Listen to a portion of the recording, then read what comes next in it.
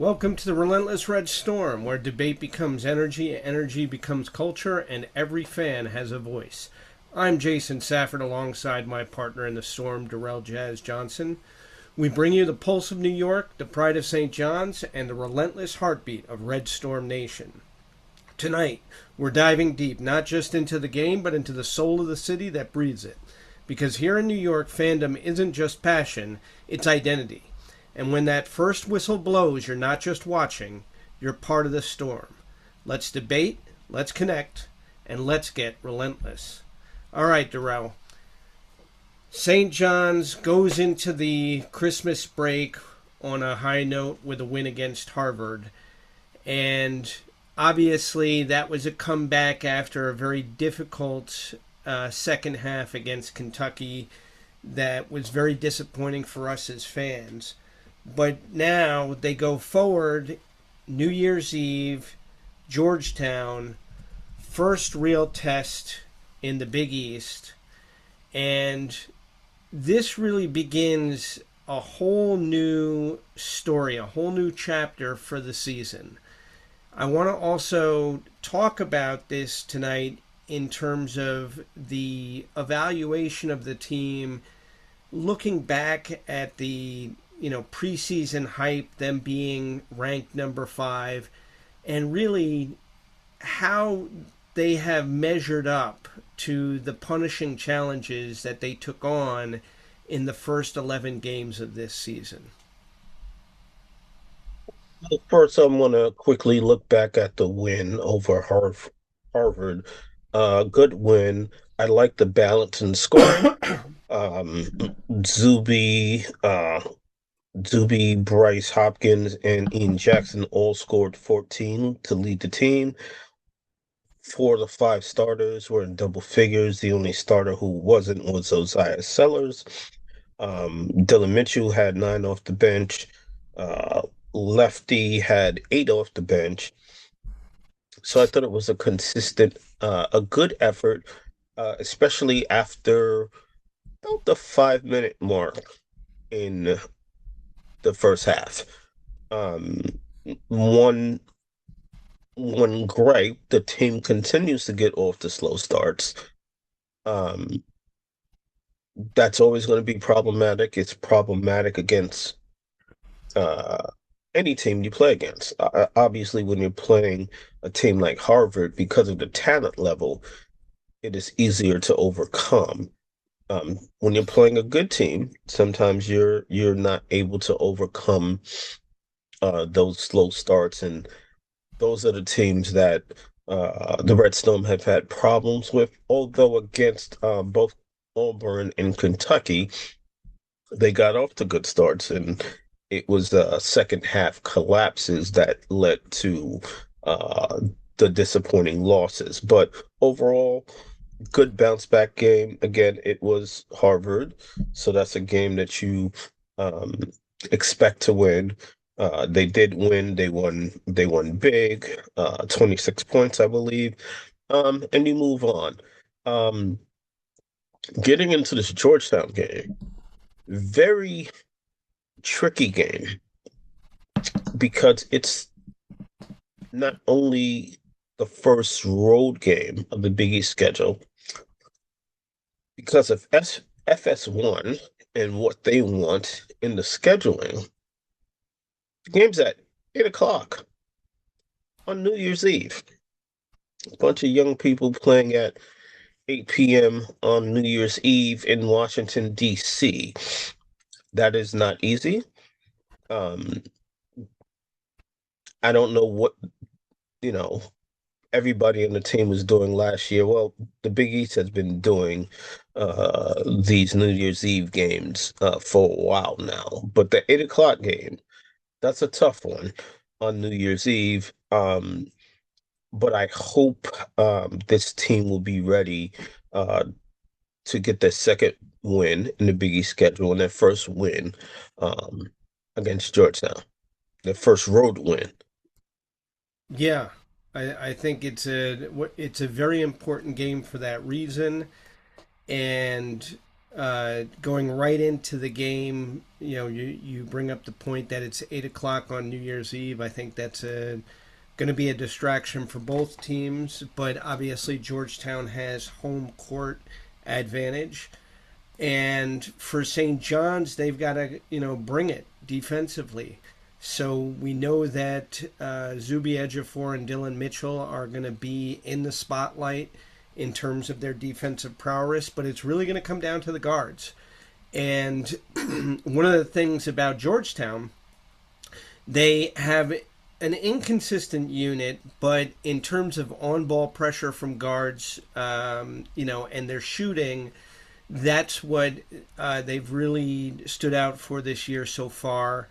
And the thing that we've been talking about all season that now comes into the spotlight is Ian Jackson really not only playing a prominent offensive role, but really being exposed in terms of his defense and his ability to show up on the defensive glass. Ironically enough, I think in Harvard, Ian had the most rebounds.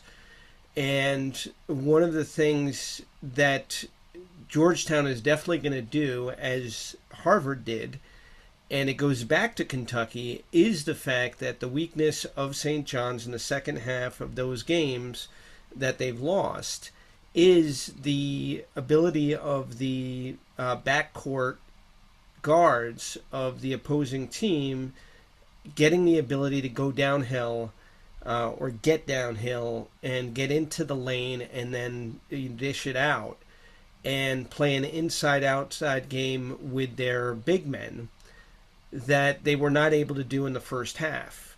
Now, St. John's is a superior team to Georgetown, both athletically as well as in terms of shot creation. This season, I think one of the disappointments that a lot of fans have had is the inconsistency with which this St. John's offense has really been able to get into a rhythm from a playmaking style. They have a motion offense. When somebody gets hot, it can make all the difference in the world for the team, but they haven't been able to really have a rhythm playmaking wise, which is why everybody talks about the lack of a point guard and the lack of consistency in terms of the offense.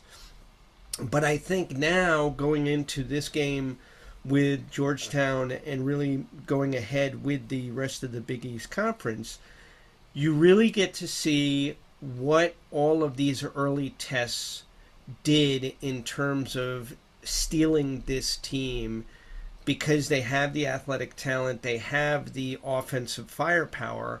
It's just for them to congeal around a defensive consistency, or coherence, I should say, and being more consistent with that coherence on defense. And I think the sky is the limit for them. So, that being said, the challenge that they're going to face in this game against against Georgetown is really going to be how their guards show up defensively against the Georgetown guards, and really helping out Zuby and Bryce Hopkins in the front court with the rebounding. In rebounding, Zuby did have 9 rebounds. I believe he led the team with 9 rebounds on against Harvard. Didn't block any shots, which was a little shocking, particularly, with the back-to-back 8 block games. He followed those 2 games up with 4 blocks. So, was certainly expecting more from that aspect. But, you know, I think while I am disappointed in Zuby's lack of rebounding and scoring early into the season, he did dominate the Big East last year. Hopefully, he can do the same. I mean, he was not only were the St. John's Red Storm predicted to win the Big East this year, and I still think it's possible, although obviously UConn would be the favorite right now. You'd uh, have to be a fool to not realize that. Now, this benefits St. John's because they do not play UConn until February. So this team should be a lot better by February. Um, Going back to Zuby has to get more consistent. The only thing so far this season that I am happy with Zuby about is his block shots. His passing. He's actually shown the ability to pass. I would I would add the ball handling to that, but he's turning the ball over too much. So he needs to pick it up um, in terms of scoring, in terms of rebounding as well. Um, yeah. I think one of the things to point out, and you're absolutely right in everything that you've just said, but one of the things that I want to point out is that there's a lot more focus on Zuby this year than there was last year. And that comes with being the Big East, player of the year preseason identification. That comes with being on the Big East champion St. John's team that everybody's now gunning for, and that also comes with the fact that this is Zuby's year. He is expected to go in the draft after this, and a big part of his performance is tied to his draft stock. And so, therefore, I'm sure there's a tremendous amount of pressure on Zuby while he's also trying to focus on enjoying this season and taking it one game at a time, because he wants to win the championship. He wants not only to win the Big East championship, but he wants to go deep into the March Madness tournament and win that chip as well for St. John's, if at all possible. And that's one of the things that I think this year's team and this schedule was set up for. And reading some of the fan responses over the last week, and having that chance to reflect around, it's the end of the year. Obviously, it's the holiday season. Happy holidays to everyone. We didn't get a chance to do that before the holiday began, but the reality is that St. John's took on probably, if not the hardest, within the top 5 hardest schedules in the nation. And in the games that they lost, they were actually in the lead in every one of those games at halftime. There was not one game where they weren't ahead. And on top of that was the fact that when they came out in the second half, their collapse was the same collapse, except for the Iowa State game, which you pointed out in our last episode, was their best game of the season because that was a dogfight. And, either team could have won at the end. They, St. John's gave up a couple of, bad possessions at the end. And I have to also note that Iowa State since then has skyrocketed. And the winner of that game in terms of the game-winning shot was, I think his name is Miran Milosevic, has gone on to have an absolutely astounding first half of the college season this year. He is dominating the NCAA right now offensively. He's having a terrific season. And nobody would have expected that going into that tournament in Vegas. So whereas, St. John's may not have the stellar record that we were hoping for, the reality is that in every game, including Kentucky, St. John's has performed incredibly well in at least the first half. And Rick Pitino actually pointed this out in a post-game conference, that the fact that they held Kentucky to 25 points in the first half, it was almost like they were being punked. And so Kentucky came out with such ferocity in the second half and such intensity that it was almost an avalanche that St. John's had to overcome in order to be able to deal with the run that Kentucky was going to give them. Now, I say all that not to say that, any justification for why St. John's lost. I say all that to say that this team has absolutely all the capability and firepower to play with anybody. And now, after all these battle tests, they're going into these conference games with these scars. And so I think the big challenge against Georgetown is that if they can establish their dominance, get back to the fundamentals of rebounding, get back to the fundamentals of defense, and really stick it to Georgetown on their home court, they're going to win.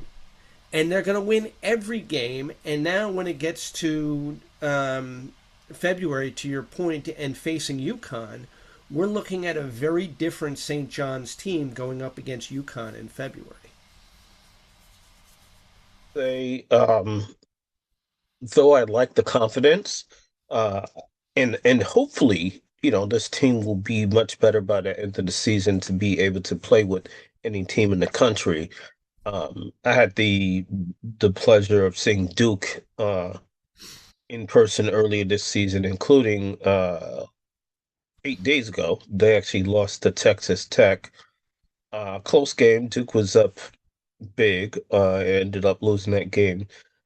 I do not know if St. John's can play with right now with the elite talent in the NCAA, particularly those teams that have lottery picks. I mean, um, Boozer is a handful. Um, I would say I don't think there's anybody on the St. John's roster that would be able to guard Boozer. Maybe Dylan Mitchell might be the best matchup, but I don't think Subi could. I don't think Bryce Hawkins could. And that team is stacked. Um, so I would say those elite teams. Certainly, I think if UConn were to play St. John's right now, UConn would win. So I don't know if they could play with the top level teams, even though they did with Iowa State. I think they might lose to most of those teams right now. But it's not about right now. It's about where this team will be in February and in March. And I no, I certainly I see the most you know, there are a lot of fans that are panicking. Um, those who are panicking the most have called this team a bubble team. And talk about your overreactions. I think this team is certainly an NCAA tournament team. Everyone stays healthy. Uh, there's no way this team is not going to make the NCAA tournament. But um, I would say those long-term St. John's fans that have felt like they've been burnt so many times, they uh, give up hope easily. And this team uh has caused some of those problems. When you're ranked number 5 in the country in the AP poll and you get knocked out of the poll 6 days ago, that's a little disturbing.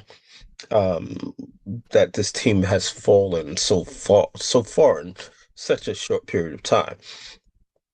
That being said, I don't know if they will climb back into the top 5 this season. Um, Although a couple of wins over UConn in February would certainly boost their standing. Um, they have to, similar to last year, they're going to have to execute on the court, get these victories on the road in the Big East. They certainly have not the easiest schedule. As we know, Big East basketball is a tough conference, and potentially you can lose most road games potentially. Again, this game on New Year's Eve is going to be a tricky one. Looking forward to the schedule. They play, they host Providence at the Garden, every home game for the rest of the season is at Madison Square Garden. Um, they host Providence in 6 days at MSG, a game that I certainly expect them to win. Then they have two back-to-back games on the road against Butler and against Creighton. And again, tough places to play at Butler and at Creighton. But winning those games are going to be what gets St. John's back in the top 25. Winning those tough road games in the Big East, um, especially maybe not so much Georgetown, but at Butler, at Creighton. Um, those are tough places to play, and if the Johnnies are able to come out of those games in victory, that would mean if they beat Georgetown and Providence, that would mean they would be on a 5-game winning streak, and that would be an impressive run at this juncture in the season. Right. Yeah, and it's all about momentum now. And I don't know if you see it this way, but again, part of my reflection over the last week is kind of looking at, this first quadrant of the schedule and all the tough non-conference games that they had, and now looking at the conference schedule and kind of comparing it in terms of, okay, they actually are more battle tested than any team going into the conference. And again, going up against Creighton and Butler and Providence, you know, and even Seton Hall and Villanova coming up, and both of those teams look like they might crack the 25, the top 25 soon. The reality is that none of these games looks overwhelming or like really difficult until you look at the UConn matchup.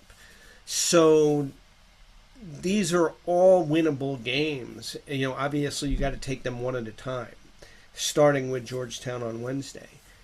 And again, I think that what was exposed in terms of this team in this first quarter of the season, the gaps in terms of defensive rebounding and positioning, the lack of offensive flow, and getting into a rhythm. If these things can be solved, obviously you've got a very, very powerful team.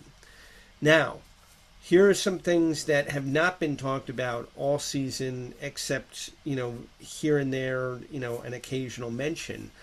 But, the clear underperformer, and I hate to use that word, but it's true, the clear underperformer in the, starting five is Josiah Sillars. Outside of the, 2 games in Vegas, Sellers really has not had the season that everybody's expected him to have so far. And I think that that's something that Pitino has to be looking at going into the conference. And how is he going to move players around? Joe Sansanen is absolutely rising. His stock is definitely rising. He's had some great games. He's definitely playing much better defense. He's showing his defensive prowess, his overall athleticism. But he's got to stay out of foul trouble because, both in Kentucky and in the Harvard game, Sannon, got early fouls. So I think that that's, one of the things that he has to be aware of. And the nice thing that Pitino has this year that he did not have last year is a very deep bench. I mean, he has the ability to use 10 guys without a significant concern for who's on the floor. Last year, he was lucky to have 6 guys that he could rely on. And he definitely has a lot more that he can rely on. And let me add to this: they do have 8 games in January. Um, well, first, I've got to make a point about Wednesday's game. There's a big center, and I think Zuby will have issues with him on both ends, but uh, Julius is his first name. I'm not going to try to pronounce his last name, but he's a 7 foot center from uh, New Zealand, and he's going to be a handful for uh, Zuby and the St. John's Red Storm on Saturday on New Year's Eve. Um, of the 8 games, the 8 biggest East games in January. Um, obviously those road games that I mentioned will be tough. Hosting Seton Hall will be tough too. Um, Seton Hall is off to an unexpectedly good start, and they have a freshman who's being called Baby Shack, which is a tough name to live up to, but the kid is a monster. And one of the things I'm mentioning these big men because 8 days ago, um, St. John's didn't look like they could handle that athleticism from the bigs of Kentucky. Um, and dealing with athletic bigs could potentially be a problem going forward. That's why I mentioned Boozer if they were to play Duke, but um, they don't have the athleticism to compete with those elite bigs. But that's when I've mentioned this before. That's when you may have to go big and put Ruben Prey on the floor with both Zuby and Hopkins, so you have a little more size on the court. Yeah, I agree completely, and I think that's where, again, pointing out that Sellers is not having quite the season that everybody was expecting him to have. It it then becomes, again, do you shift to a bigger lineup and insert someone like Prey specifically to be able to give the team more size advantage and more flexibility around the boards, to establish that defensive dominance, both on the glass as well as in the paint, because that's where St. John's wins their games. And this season, going back to the games that they've won, what St. John's has established early and been able to carry through is the dominance on the glass as well as the pressure. And in the games where they've been tested, the offense has sputtered, and the other team's offense has been able to get downhill and play an inside out game that basically forced St. John's to collapse. And as soon as they collapsed, they would kick the ball out and then have open shots. And, when you have open shots that you can knock down, it makes it very hard for the other team to be able to win. So, I think that, to your point, the elite programs, yes, for St. John's to be able to play them in March and have success, they've got to be able to improve on the fundamentals that we've talked about, build that better.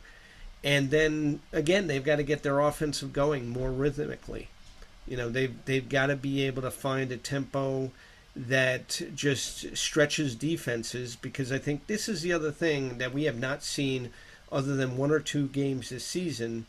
But when St. John's offense is clicking on all cylinders, not only are they, terrifying, in transition, but they're also terrifying behind the arc. I think, the game, was it against DePaul that they had something like, 15 threes, where they were just absolutely, outstanding from, long range.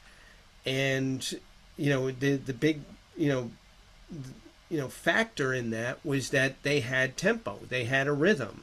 And so once you have that tempo and rhythm and you're shooting from outside, now it becomes easy to play in transition, because the other teams, constantly having to, stretch themselves. And, when you knock down the shots and they're coming up, you're able to, have more pressure to, get the ball in steals and deflections.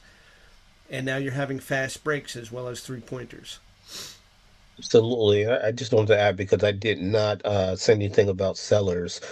Uh, I recall Patino saying this season, shoot the ball. You know, for him to only get 5 shots up against Harvard, like, what are you doing? Yep. What are you doing? Um, so Sellers needs to let the ball go. He's a he's a credible shooter. Um, I think it's better for him to and Ian Jackson isn't afraid to launch the ball. Launch the ball. You're a good shooter. I think Patino would rather him uh, go 2 of 15 than 2 of 5. Obviously if he takes 15 shots, you'd like him to make more than two. But I strongly believe that he would prefer if he shot the ball more. Yeah. And I think to a historic Patino strategy, the more shots, the faster you're getting them off, the more rebound, potential there is, the more transition there is, which is all in Patino's favor. That's how he plays the game. So when St. John's is holding on to the ball for too long and they're going deep into the shot clock to get a shot, that's not Patino basketball. He's not someone who likes to stay in a half court offense. He likes to, get guys moving, take shots, get rebounds, follow ups, and, play in transition. High intensity. So I think to your point, again, this is where January is going to be a very exciting test for St. John's. 8 conference games, that all could be a very different, indication of the team that we see in February. Absolutely. And for the fans that are panicking, um, don't panic. You would love for this team to go uh 8-0 in January. That's obviously going to be difficult. 8-1 will be challenging, but I believe that 7-1, even 6-2. 6-2 would be what I would say would be the cutoff in what would be a good record in the month of July. I mean, in the month of January. If they go any worse than 6-2, obviously that's a horrible month. But you would ideally like to go 8-2, excuse me, 8-0 or 7-1. Yeah, yeah. Well, let's put it this way. I think that 8-0 will obviously be a tremendous achievement. 7-1 will be acceptable. 6-2 is kind of satisfactory. Below that, you get a little bit concerned for obviously how they're going to do in March, and whether they're going to be able to compete for the Big East championship.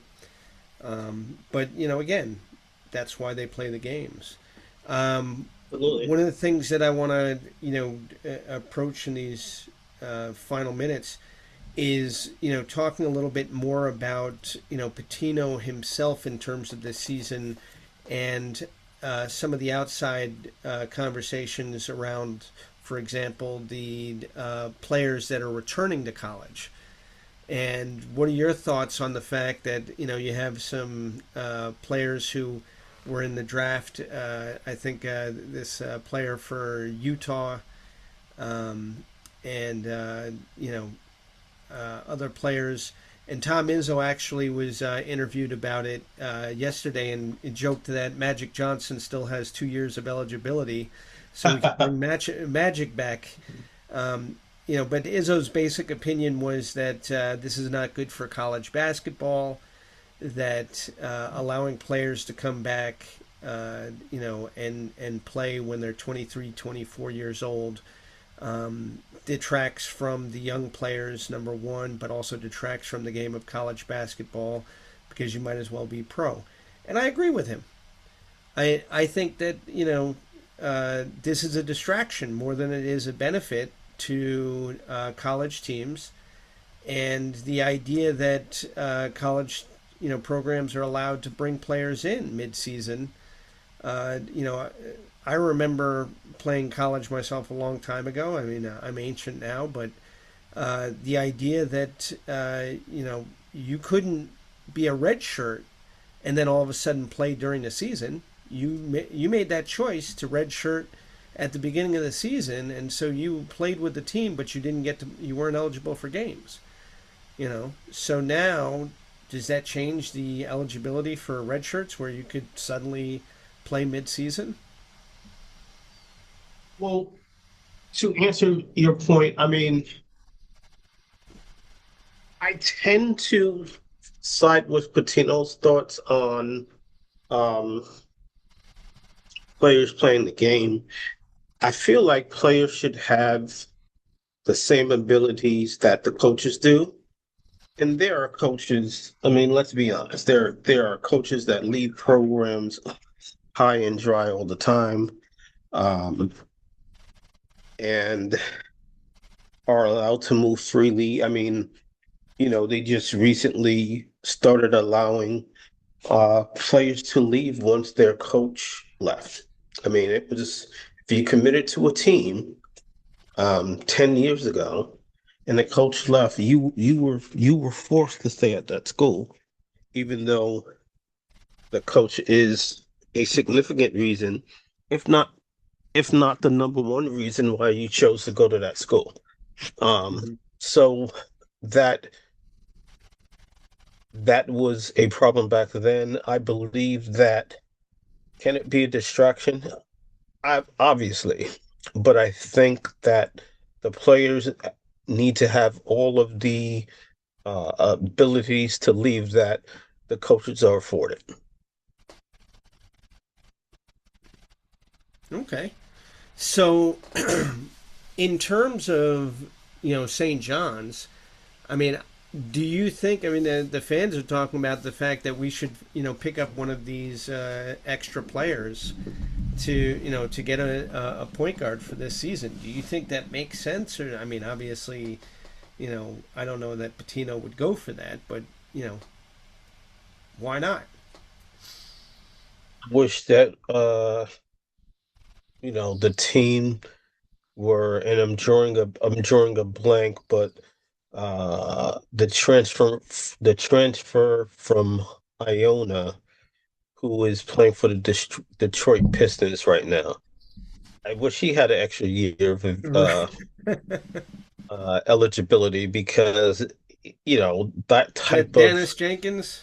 Dennis Jenkins, yes. Yeah. Uh, that's what this team needs. They needed Dennis Jenkins. Um, Hmm. and though on paper Ian Jackson is more talented than Dennis, um, uh, Dennis was a steadying force that um, at the point guard position, and let's face it, you need that to win an NCAA championship. You need it to go far in the tournament. And I would say right now, uh, St. John's does not have it. The hope is that between Ian Jackson as a starter, Dylan Darling off the bench, that the two combined can be that steadying force. But if you were to tell me that in March they would not be that, I would be lying if I said I was surprised, Hmm. you know, Yeah. because based on what I've seen so far, there was certainly reason to be concerned. Yeah. Yeah. So Well, if that's so if picking up a veteran, a senior, a graduate student who has been an effective point guard, preferably in one of the power conferences, sign him up. fair. I I don't think that Patino would look to disrupt the chemistry that he's building with this team. That's my honest opinion. As a coach, I wouldn't want to do it. And here's the other side of it too: is that I think that despite all of the grumbling around the lack of a point guard, what we're really talking about is the fact that the gap just has not been filled yet. And that Ian Jackson, obviously has that ability, which is exciting when you think about it, that the transformation of Ian Jackson over the course of this season could be absolutely astounding, both for him in terms of his draft status, because, that's one of the things that he's looking at is being able to go pro after this year. And how exciting for him would it be to be able to lead a team where he, changes positions specifically to help the team win a championship and is able to, execute that. Now, regardless of whether they, achieve the number one goal or fall short, if Ian Jackson is able to, transform himself and continue to transform, so that in March he's a completely different player to the benefit of the team, his draft stock is obviously going to be significantly higher. That being said, the other thing too is that Dylan Darling, again, you said it last, episode, great player in a, mid-tier conference. Just doesn't have the size or capability against the elite programs. However, he's learning as well, and being able to improve himself in this league against those teams and be ready to be a contributor in March. I think what you're going to see is Darling also having the opportunity to grow and become, a far better guard, than he was when he started the season. So I don't see a reason other than, desperation to go out and get somebody or, feel that there's a need to get somebody unless it was absolutely Magic Johnson. To the point of Tom Izzo. If Magic wants to come back to college, and obviously he's got Michigan State on his mind, but if the St. John's could pick him up, for tutelage purposes only, that would be what I would say would make sense for a coach like Rick Pitino to bring somebody in, because otherwise I think you're just disrupting the chemistry and that team, has been very fragile to this point. And I think going into the new year, it's a matter of will they set as a team and really congeal and become much more elastic as a team around a defensive, fundamental focus, which will be the determination of their overall success this season. I would, and this will be my final point on this. Rick Pitino and Tom Izzo definitely have different ideas in terms of, Izzo has a um, roster of seasoned Michigan State players. Uh, does not rely heavily on the portal. Um, Similar to Dan Hurley and the UConn team that has Solo Ball and Alex Caravan, two players with championship experience on that team. Obviously, Patino is it's different. I would say if you have the ability to get a point guard, what I described, but let me add, it has the size. Dylan Darling, I believe is listed at 5'11" or 6'1", somewhere in that area. If you have the ability to get a seasoned, um, you know, power conference point guard, um, you bring them in, you bring them along slowly. You make him earn his minutes. But if he has the ability to earn those minutes and can surpass Dylan Darling on the depth chart, why, if you have the ability to do that, it's only going to make this team better. Um, and you mentioned Ruben Prey possibly entering the starting lineup, which I've mentioned many times. But actually, what I might do before adding Prey to the starting lineup would be if we're going to take Ozzie Sellers out, I will put Dylan Mitchell in there. He is a one of the three captains on the team. He is a defensive catalyst. Um, so because of those reasons, I think I would put him in the starting. If I was going to take Ozzie Sellers out right now, I would add the size and defense of Dylan Mitchell in that starting lineup to give the team um, more defensive presence.